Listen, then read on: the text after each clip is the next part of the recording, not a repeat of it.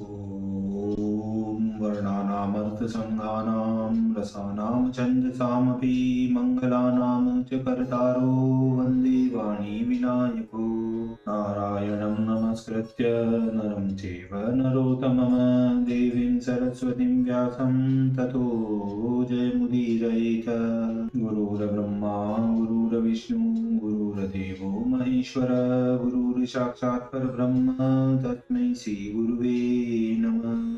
बोलिए सियावर रामचंद्र भगवान की जय, राधावर कृष्ण कन्हैया लाल भगवान की जय, उमा महेश्वर भगवान की जय, गायत्री ब्रह्मदेव भगवान की जय, सदगुरुदेव भगवान की जय, माता पिता गुरुदेव की जय, समस्त संतगण भगवान की जय, समस्त भक्तगण भगवान की जय। ओम पार्वती पतये हर हर महादेव। तो मित्रों और आप सभी श्रीमद् भागवत कथा की श्रेष्ठ रसिक जन श्रोतागण, अब तक हमने श्रीमद् भागवत कथा की कथा को नियमित रूप से क्रमबद्ध रूप से श्रवण किया है, कीर्तन किया है, मनन किया है, भजन किया है।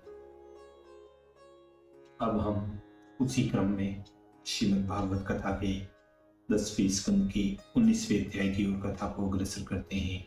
आप सभी श्रेष्ठ श्रोतागण रसिक जन भगवान श्री राधा वल्लभ कृष्ण कन्हैया लाल के श्री चरणों में दृढ़ भक्ति रखते हुए कथा का श्रवण करें, कीर्तन करें, मनन करें, भजन करें। बोलिए राधा वल्लभ कृष्ण कन्हैया लाल भगवान की जय। तो कहते हैं 19वें अध्याय में मुंज विपिन में जाय, गोप गाय सब अग्नि से क्षण में लियो बचाय, क्षण में लियो बचाय। श्री सुखदेव जी बोले कि हे राजा परीक्षित, जब सब ग्वाल बाल खेल में लग गए तब उनकी गायें बछड़े अपनी इच्छा से चरते चरते हरी घास की लालच में आकर सघन वन में चले गए। वह अजा अर्थात औसर गायें भैंस उस वन में चरती चरती आगे धेनुक वन में चली गई। देखिए यहाँ एक शंका आती है।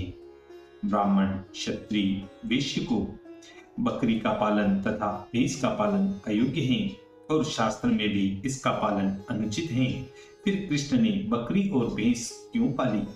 तो इसके उत्तर में कहते हैं कि पंडित लोग बकरी का नाम अजा कहते हैं, परंतु गाय की बछियों को भी कहते हैं और औसर भी कहते हैं, और मुनियों ने अजा का ऐसा अर्थ किया है कि बालक जिसके न हुए हों उसका नाम अजा है।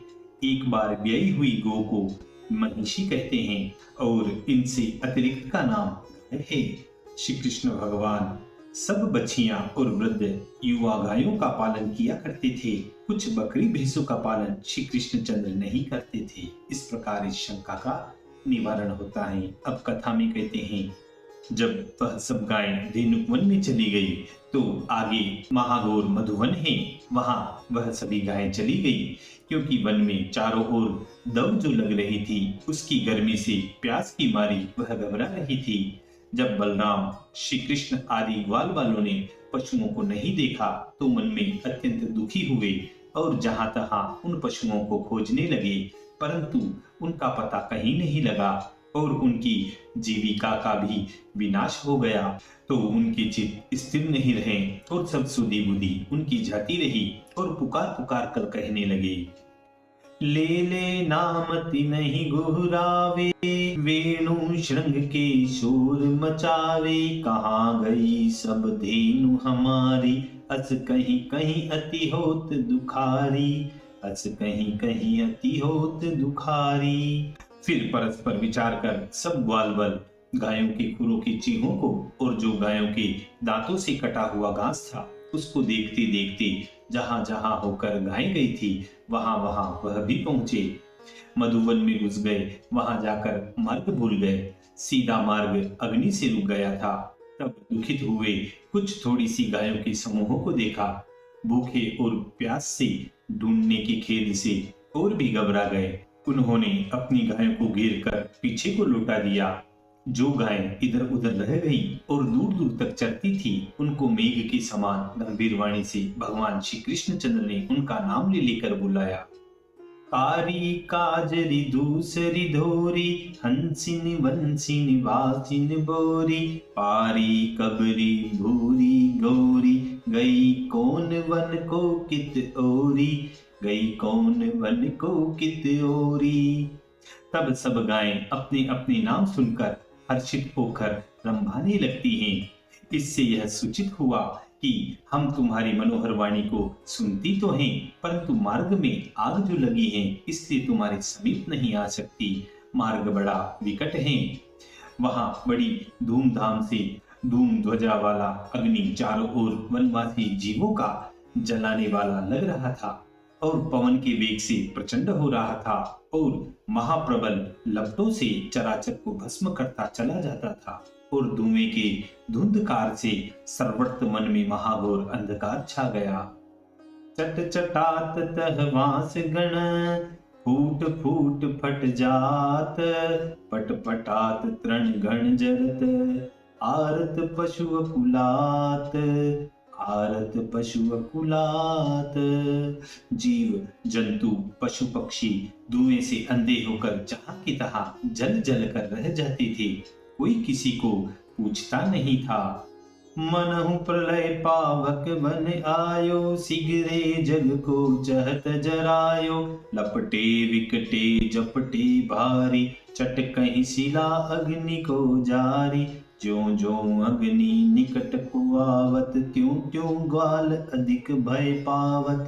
गाय मरत प्यासी की मारी, मिलन नीर पीर तनु भारी, मिलन नीर पीर तनु धारी, मिलन नीर पीर तनु भारी। तब सब ग्वालवाल मृत्यु के भय से दुखित हो बलदेव जी सहित श्री कृष्ण की शरण में जाकर विनय करने लगी।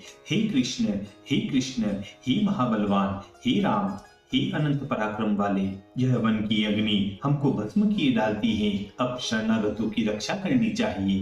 हे कृष्ण, हे सर्वधर्मज्ञ, हम तुम्हारे मित्र हैं। हमको ऐसा कठिन कष्ट दिखाना नहीं चाहिए, क्योंकि हम इतने कष्ट सहने योग्य नहीं हैं।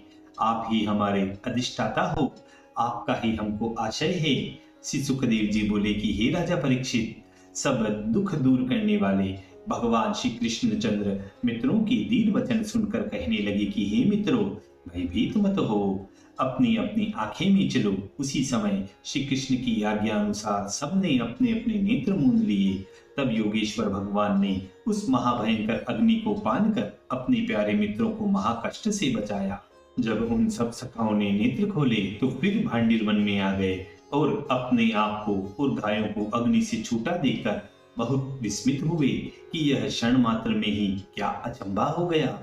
योग माया का प्रभाव दिखाने वाली अग्नि के बचाने से श्री कृष्णचंद्र के प्रभाव को देखकर सब गोप कहने लगे कि श्री कृष्ण हमारे समान मनुष्य नहीं हैं, देवता जान पड़ते हैं। जब जाना कि संध्या समय हुआ तब बलराम जी सहित श्री कृष्णचंद्र आनंद कंद यशोदानंदन मंद मंद चाल से गायों के लिए बांसुरी बजाते गोपों से स्तुति कराते व्रज में आए। जब ग्राम के समीप आ गए तब मुरलीधर ने मुरली बजाई। मुरली की ध्वनि सुनते ही सब व्रजरानी अपने अपने घरों का काम तज कर मार्ग में आकर खड़ी हो गई और गोपी वल्लभ का दर्शन करते ही गोपियों को परमानंद प्राप्त हुआ और हृदय में ठंडक हो गई, क्योंकि बिना श्याम सुंदर के देखे एक एक क्षण सौ युग के समान व्यतीत होता था। सदा से उन गोपियों का नियम था कि जब तक मनमोहन मूर्ति का दर्शन नहीं करती थी तब तक अन्न पानी नहीं खाती पीती थी, अर्थात व्रत ही रखती थी। जब संध्या समय होता था तब मदन मोहन की मनोहर मूर्ति देखकर व्रत का पारण किया करती थी। जब श्याम सुंदर और बलराम अपने घर पर आए तब यशोदा और रोहिणी ने उनको गोदी में लेकर अत्यंत प्यार किया और ग्वाल वालों से पूछा कि आज क्या कारण हुआ जो तुमको वन में इतनी देर लगी। तब उन्होंने सब वृतांत प्रलंबासुर मारने का और मनुज वन में अग्नि के लगने का कहा। तब यशोदा और रोहिणी इस बात को सुनकर अत्यंत प्रसन्न हुई और नंद जी ने यह समाचार सुनकर बड़ा संदेह किया। देखो, कृष्ण बलदेव को हमने इतना समझाया परंतु इन्होंने गायों का चरना और वन में जाना नहीं छोड़ा। जब यह समाचार घर घर फैल गया तो सब ब्रजवासी बलराम और घनश्याम की देखने को आए और दोनों भाइयों को समझाने लगे, देखो इतनी दूर वन में खेलने के लिए तुम कभी मत जाया करो। यहाँ नित्य नए नए उत्पात होते हैं और आपकी ही दया से हमारे बालक भी इस महाघोर पावक से बच गए। नहीं तो मरने में कुछ संदेह नहीं था, परंतु परमेश्वर ने बड़ा अनुग्रह किया जो कुशल पूर्वक सब अपने अपने घर आए। उस समय यथाशक्ति सबने अपने अपने बालकों के कल्याणार्थ पुण्यदान कराया और ईश्वर की माया ऐसी विश्व मोहिनी है कि यह भेद किसी ने नहीं जाना कि यह कर्तव्य श्री कृष्ण के हैं। इतनी कथा कहकर श्री सुखदेव जी महाराज बोले कि हे राजा परीक्षित, इसी प्रकार नित्य नए चरित्र कर श्री वृंदावन विहारी सब ब्रजवासी वृंदावन वासियों को नए नए सुख देते थे और सब ब्रजबाला नंदलाल पर ऐसी ऐसी मतवाली हो रही थी कि उनको किसी न किसी प्रकार ब्रजभूषण का दर्शन करना कभी दही बेचने के ही बहाने से आती, कभी पानी ही भरने को इधर उधर होकर जाती थी। जब श्याम सुंदर उनको न मिलते तो सैकड़ों उपाय करती, क्योंकि बिना मनमोहन के देखे उनका तो हृदय ही ठंडा नहीं होता था। उनके सास ससुर और माता पिता बहुत तेरा समझाते थे, परंतु उनकी समझ में कुछ नहीं आता था, क्योंकि उनके मन में तो मनमोहन ने पहले ही मोह लिए थे। परंतु नंदलाल भी यह जानते थे कि ये तन मन धन से मेरे ऊपर मोहित हैं, इसलिए वह सर्वांतर्यामी नयन पथगामी दिन में एक बार मधुर मुस्कान सहित अपनी बाकी झांकी दिखाकर उनका चित्त सावधान रखते थे कि कहीं मेरे दर्शन बिना अपने प्राण न खो बैठे। एक दिन मनमोहन अपना नटवर वेश बनाकर सब सखाओं की संग ले कालिंदी के किनारे कदम की छाया में जाकर खड़े हुए। उस समय की मनोहर छवि देखकर कोटि काम लज्जित होते थे। शीश पर मुकुट की लटक, माथे पर केसर और चंदन की खोर, घूंघर वाली अलकें, कानों में कुंडलों की झलक, कंठ में वनमाला, मुक्तामाल, हृदय में भृगुलता का चिन्ह। अरुण अधर दसनन दुतिनी की, मुख मुस्कान मोहनी जी की, चटकी लापट पीत विराजे, कटितट शुद्र घंटिका राजे, भुज विशाल भूषण शुभ सोहे, कर मुद्रिका जटति कण मोहे, तनु घन श्याम रसीले नैना, हंसी हंसी कहत सखन शोभेना। देखो भाई, आज के इस आनंद का समय है।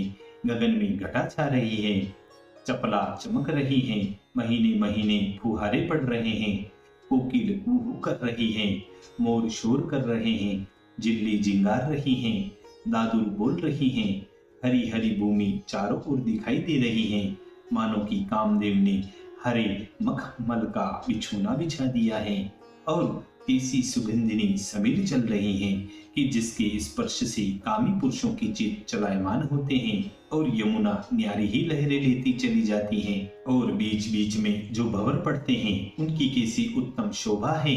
इतनी कथा कहकर श्री सुखदेव जी बोलते हैं कि हे राजा परीक्षित, इस मनमोहिनी छवि से नटनागर पनगढ़ पर खड़े बांसुरी बजा रहे थे और ग्वाल बाल इधर उधर खड़े थे। उसी समय वृषभानु नंदिनी श्री राधा अपनी सब सखियों को संग लिए पानी भरने के बहाने मनमोहन प्यारे को देखने के लिए यमुना के तट पर आई। समीप आकर देखा तो सखाओं को संग लिए मनमोहन प्यारे खड़े हैं। राधा जी बोली कि अरे हे आली, वह महाखोटा नंद का टोटा मार्ग में खड़ा हमारी ओर को ताक रहा है। ऐसा जान पड़ता है कि वह अवश्य हमको रोकेगा। सर्वांतर्यामी श्याम सुंदर राधा जी की मन की गति जान ग्वाल बालू सहित मार्ग से हटकर दूसरी ओर को चले गए।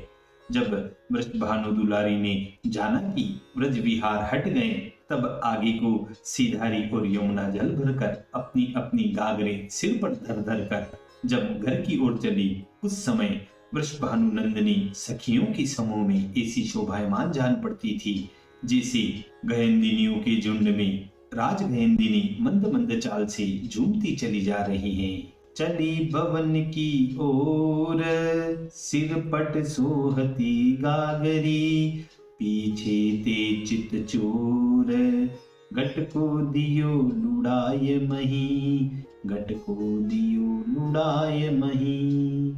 ग्वालिन ने जट हाथ पकड़कर लकुटिया हाथ से छीन ली और कहा कि अरे हे माखन चोर, और ही की गागरी फोड़कर चुरा कर पा गया होगा, मैं तेरे दांत खट्टे कर दूंगी। जब नटनागर हंसकर उसी नागरी की गागर देने लगे, तब वह रूप उजागरी बोली कि मैं खाली गागरी न लूंगी, जब तुम ही भरकर मेरे सिर पर धर दोगे तो लकुटिया दूंगी।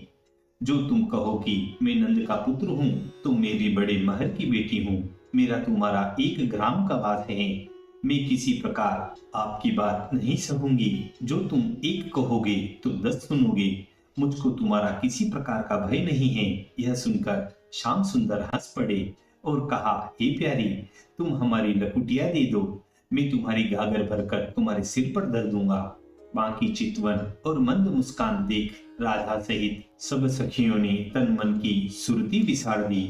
मन तो श्याम सुंदर के फंदे में फंस गया, तनु में मदन के बाण लगने लगे। ऐसी बेसुध हुई कि लकुटिया हाथ से गिरने की भी सुध नहीं रही।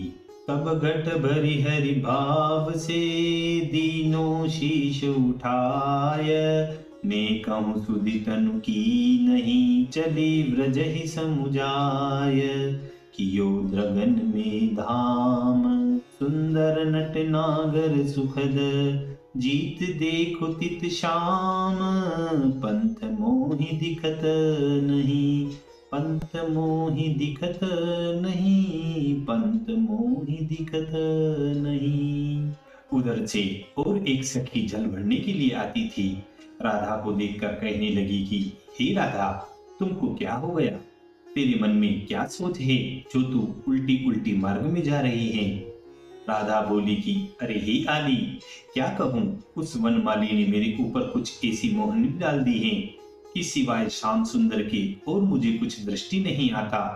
राधा की मधुर वाणी सुन उसको भी मनमोहन के दर्शन की अभिलाषा हुई और झपट बंसी बट के निकट पहुंची, परंतु मनमोहन प्यारे को वहां न देखा और कृष्ण एक वृक्ष की ओट में खड़े हुए देखते रहे। विहरानल ने उसके तनु को ऐसा तपाया कि तप्त तवे के समान हो गई और श्याम सुंदर नहीं मिले।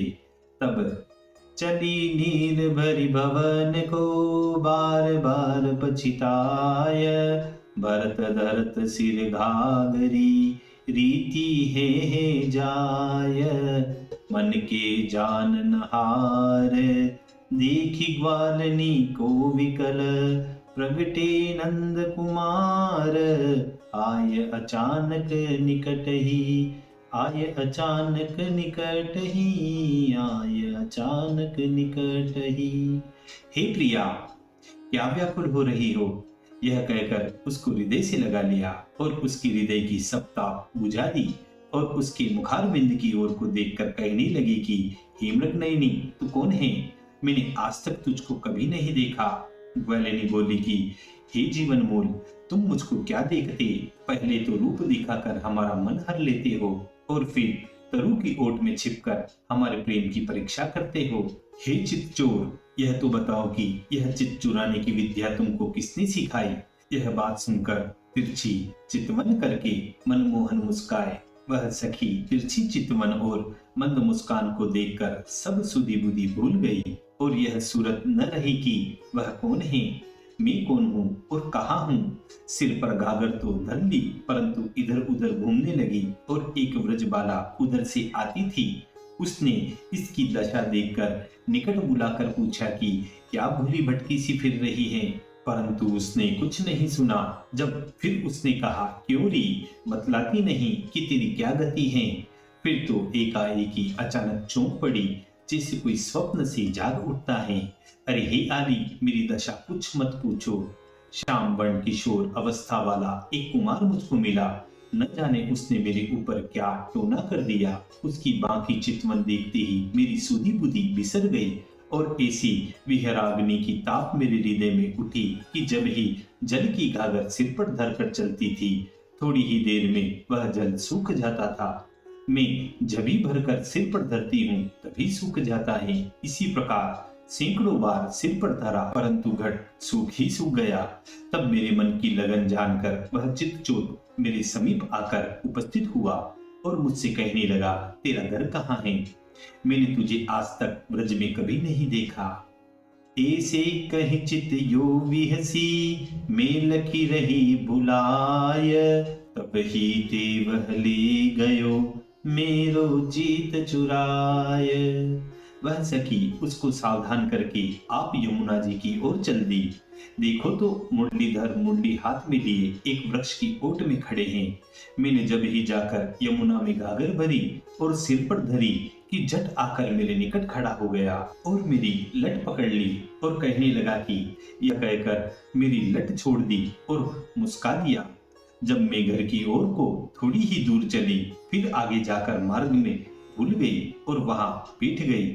जब कुछ कुछ सचेत हुई तो घर की ओर गुरुजनों का स्मरण हुआ, तो मैं अत्यंत लज्जित हुई और जैसे तैसे कर घर पहुंची, परंतु हृदय में वह सांवली सूरत और माधुरी मूरत क्षण मात्र को भी नहीं बिसरती और वह मंद मंद मुस्कान मन से नहीं उतरती थी। उस ग्वालिनी की बात सुनकर सब सखियों को उत्साह हुआ कि किसी प्रकार श्याम सुंदर का दर्शन हम भी करें। उस समय सब ऐसी मतवाली हो गई कि बिना वनमाली एक क्षण काटना उनका कठिन हो गया। तब अपनी अपनी घाघरे सिर पर धरकर यमुना की ओर चली। देखो तो मार्ग में मनमोहन कदम के नीचे खड़े हैं। मोर मुकुट कटि कछनी सोहे, कुंडल चटक लटक मन मोहे, पीत वसन लखि तड़ित लजाई, नयन विशाल अधर रुणाई, नयन विशाल अधर रुणाई। सब सखी बोली कि अहो हे मनमोहन, तुम बड़े ठग हो जो पराई स्त्रियों को ठगते फिरते हो। श्री कृष्ण बोले कि तुमने मुझको ठग कैसे समझा और मैंने तुम्हारा क्या ठग लिया? ठग के लक्षण मुझे बताओ, क्योंकि तुमने मुझे कैसे ठग ठहराया? गोपी बोली, घबराओ मत, हम ठगों के लक्षण भी तुमको बतलाती हैं। ठगों पर फांसी होती है, आपकी मृदु मुस्कान फांसी है। ठगों के पास धनुष्मान होते हैं, सो आपकी भ्रुकुटी की मटक ही धनुष है और चितवन बाण है। रूप की ठगोरी डालकर ब्रजबालाओं की मन, धन और प्राण ठगते हो। सब ब्रज की युवती लोक लाज कुल कान तजकर बोरी बावली सी वन मन भटकती फिरती हैं और उनको नंद के लाल ने ठग लिया है, यह बात संसार में विख्यात है। श्री कृष्ण बोले कि अपने लक्षण मुझको लगाती हो और तुम जैसे लोगों को चित चुराती हो, वैसा ही हमको बताती हो। यह बात भी सब संसार में प्रकट है कि ब्रज की स्त्रियों ने नंद पुत्रों को ठग लिया। तुम नहीं कहती तो क्या है, परंतु सब संसार पुकार रहा है। वरन सुर नर मुनि और देवता तक यह बात कहते हैं कि जो ब्रह्मा शिव संकादिकों के भी ध्यान में नहीं आते, इन त्रिलोकीनाथ को आजकल ब्रज विनीताओं ने अपने वश में कर रखा है। श्याम सुंदर की यह बात सुनकर ग्वालिनी हंसकर बोली कि हे नटनागर, तुम बड़े नटखट हो, सब बातों में उलट फेर कर देते हो। तुम्हारी वागरता को हम अच्छी रीति से जानती हैं। तुम अब इस ढिढाई और लगराई को छोड़ दो, इससे तुमको बहुत बुराई है। किसी की गागर ढलका देते हो, किसी की लट पकड़ लेते हो, किसी को अंग में भर लेते हो, किसी को मार्ग में रोक लेते हो। कोई तुम्हारे डर के कारण घर से नहीं निकलती, यमुना का पानी भरना बंद हो गया। इस नटखटपन को छोड़ दो, और जो नहीं मानोगे तो हम यशोदा मैया से जाकर कहेंगी, तो फिर तुमको उखल में बांधेगी। यह सुनी हरि रिस कर उठे, इडुरी लई छिनाय, कहो जाय सब मातु सो, लीजो मोहि बंधाय, लीजो मोहि बंधाय। यह बात कहकर इंदुरी यमुना में फेंक दी। तब तो गोपी बोली, हे महाराज, हमारे वस्त्र भीग जाएंगे, हमारी इंदुरी जल में सिला दो। श्री कृष्ण बोले कि जल में जाकर हमारी बलाएं तुमको निकालनी है, तुम निकाल लाओ। तब ग्वालिनी बोली, आज तुम ऐसे हो गए, उस दिन को भूल गए कि तनक तनक दही के कारण हमारे आगे हाथ पसारते थे और तुमको पकड़कर यशोदा के पास ले गई थी और तुमको उखल में बंधवाया था।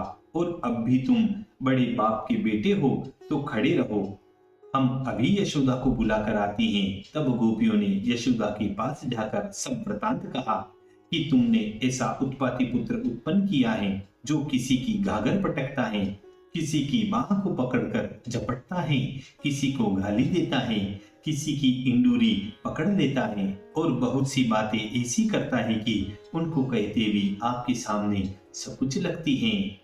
अब न हो ये ब्रजवास हमारो, करत अजगरी पुत्र तुम्हारो, नीको नहीं सकुचत मन माही, महरी सुत ही तुम बरजत नाही। गोप सुताओं की कोप भरी वाणी सुनकर यशोदा मैया बोली कि मैं क्या करूं, यह मैं नहीं जानती हूँ कि यह बड़ा ढीठ हो गया। जो तुम उसको पकड़कर मेरे सामने लाओ तो तुमको भी अभी दिखाऊं। देखो, पहले तुम्हारे सन्मुख उसको उखल से बांधा, साटी लेकर मारने को दौड़ी, तब तुम्ही को दया आई तो उसको बरजा और उसको तुमने छुड़वाया। अच्छा, उसको घर आने दो, आज मैं उसको ऐसा पीटूंगी कि फिर कभी तुमसे आधी बात न कहेगा। और जो भी अभी उसको पकड़ने को भी जाऊं तो क्या वह मेरे हाथ आएगा, क्योंकि वह तो मेरे नाम से कोसों भागता है। तुम अब की बार तो मेरे ऊपर कृपा करके यह अपराध क्षमा करो। इस प्रकार उन गोपियों को समझा बुझाकर यशोदा मैया उनको उनके घर भेज देती हैं। वे ग्वालिन अपने अपने घर को जाती थी। उधर से श्याम सुंदर आ गए। मार्ग में भेंट हो गई। ब्रजभूषण ने लज्जित होकर आंखें नीचे को कर ली। तब गोपियों ने कहा कि माता बुलाती है, घर को तो जाओ, हम तुम्हारी बहुत बड़ाई कर आई हैं। श्री कृष्ण बोले, तुम कुछ संदेह मत करो, मैं माता को समझा लूंगा।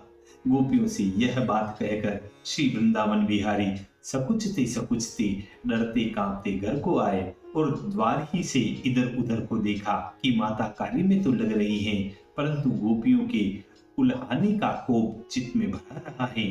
जो बातें गोपी कह गई थी वे सब बात रोहिणी को सुना रही थी कि कन्हैया ऐसा ढीठ हो गया कि पनघट पर किसी को पानी नहीं भरने देता।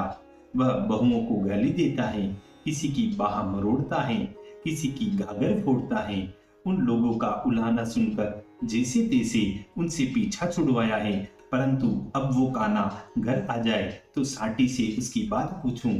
माता के क्रोध भरे वचन सुन श्याम सुंदर बोले कि हे मैया, मेरे ऊपर क्रोध क्यों करती हो? ग्वालिनियों के कर्तव्य अभी तुमने नहीं सुने। जो कुछ झूठी झूठी बातें तुम्हारे सामने आकर बना गई, उन बातों का तुमको भी विश्वास आ गया। इस बात को न विचारा कि वह 20 और मैं अकेला, उनको मैं कैसे घेर सकता हूँ? हे मैया, मैं सत्य कहता हूँ, वे सब मिलकर बरजोरी मुझको पकड़ लेती हैं और ताली बजाकर मुझे नचाती हैं, और जो मैं नहीं नाचता तो मेरे गालों पर गुलचे मारती हैं, और जब मटक कर वह चलती हैं तो उनके सिर पर से गागर गिर पड़ती हैं। वह तो सब मुझे लगाती हैं और फिर तेरे सामने आकर झूठी बातें बनाती हैं।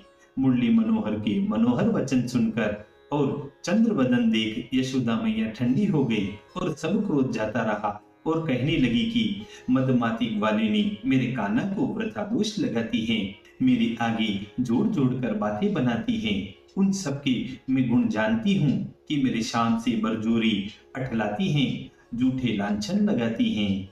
कहाँ शाम मेरो तनक वे सब यौवन जोर, अब उरहन ले आवही तब पटवहु मुख मोर।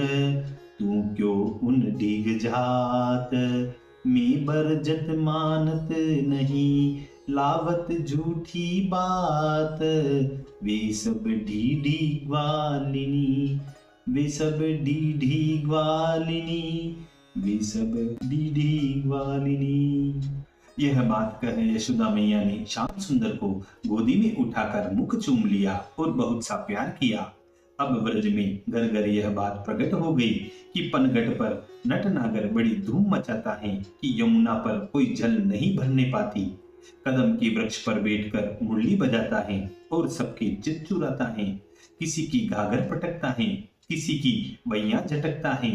हे राजा परीक्षित, इस प्रकार नंद कुमार नित्य नई नई लीला करके वासियों के मन को मोहित करते थे। ब्रज युगी और जो जिस भाव से श्याम सुंदर को भजते थे उनको वैसा ही फल प्राप्त हो जाता था। जैसे चिंतामणि जी नाम चिंतित फलदायक जनन, सबहि को सब ठाम, जैसे को तैसे सदा। श्री सुखदेव जी बोले कि हे राजा परीक्षित, वृषभानु दुलारी राधिका पूर्व जन्म के प्रभाव से श्री कृष्ण प्यारे पर अत्यंत स्नेह रखती थी और बिना श्याम सुंदर के देखे आठों प्रहर व्याकुल रहती थी। जब सुना कि पनगढ़ पर मनमोहन प्यारा पनिहारियों को रोकता है, तब सब सखियों को बुलाकर वृषभानु कुमारी बोली कि हे सखी, यमुना जल भरने के लिए फिर चलो। जो मुरली मनोहर को देख देख कर मेरे नेत्रों में ठंडक हो और हृदय की दाह बुझे। यह बात सुनकर सब सखी अत्यंत प्रसन्न होकर सिरों पर घाघर धर धर कर यमुना की ओर चली। देखा तो श्याम सुंदर मुरली हाथ में लिए नटवर वेश किए यमुना के किनारे पनघट पर खड़े हैं। मुरली मनोहर की छवि देखकर राधा के मन को बड़ा हर्ष उत्पन्न हुआ। इधर राधा प्यारी को देखकर वृंदावन बिहारी के मन में परमानंद हुआ, अर्थात राधा मनमोहन पर मोहित हो गई और मनमोहन राधा पर रीझ गए। मन तो मोहन के फंदे में फंस ही गया, परंतु कुलकान और गुरुजनों की लाज की मारी जल भरकर और गागर सिर पर धरकर घर की ओर को चली। तब ब्रजभूषण भी वृषभानु लली के पीछे पीछे हो लिए। कभी आगे बढ़ जाते, कभी पीछे रह जाते, कभी पीताम्बर घुमाते, कभी बांसुरी बजाते।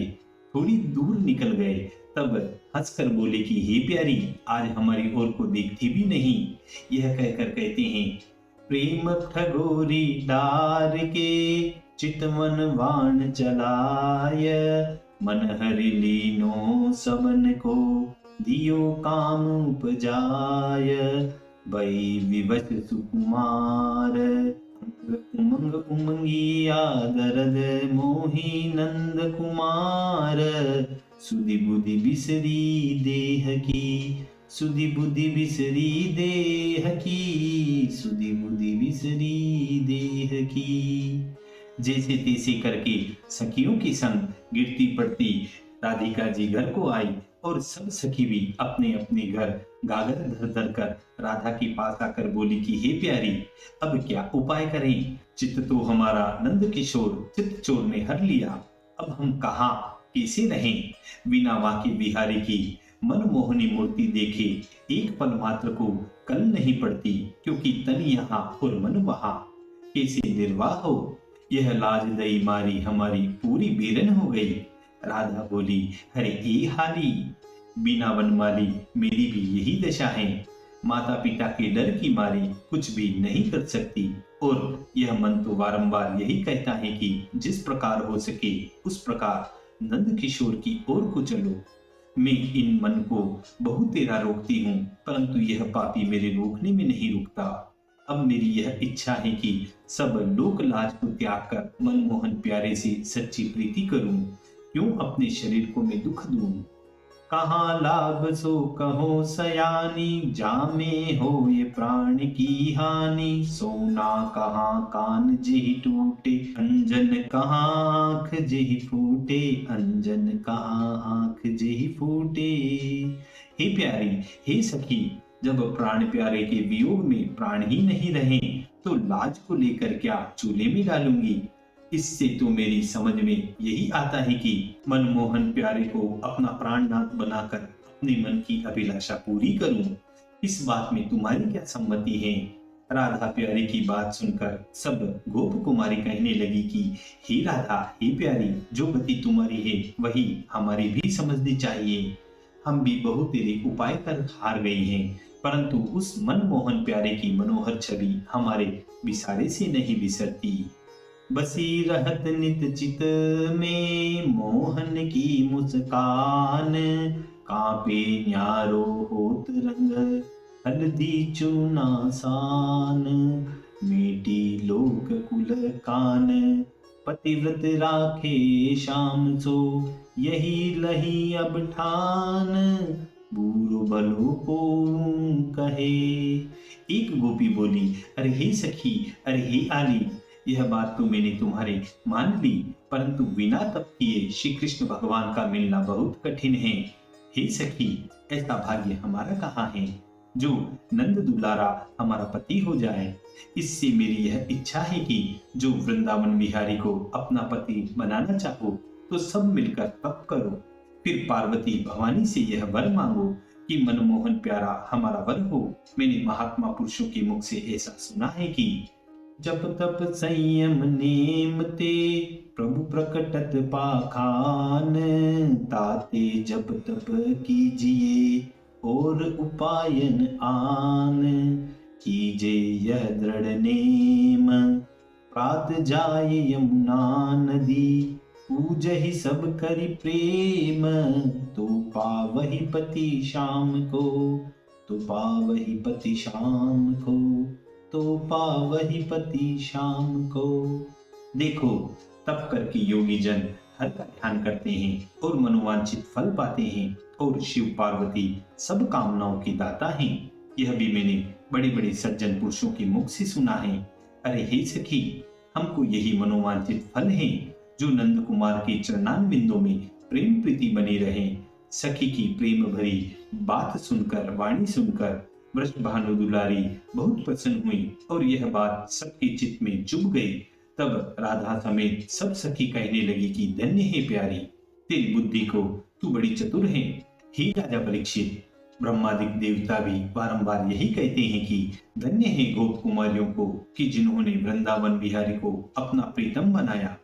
ऐसी भाग्यशीला और कौन होगी कि आठों प्रहर जिनके हृदय में कृष्ण भगवान विराजमान रहते हैं और जो कुछ नियम धर्म जप तप दान पुण्य व्रत करती हैं, वह सब हरि के ही हित करती हैं।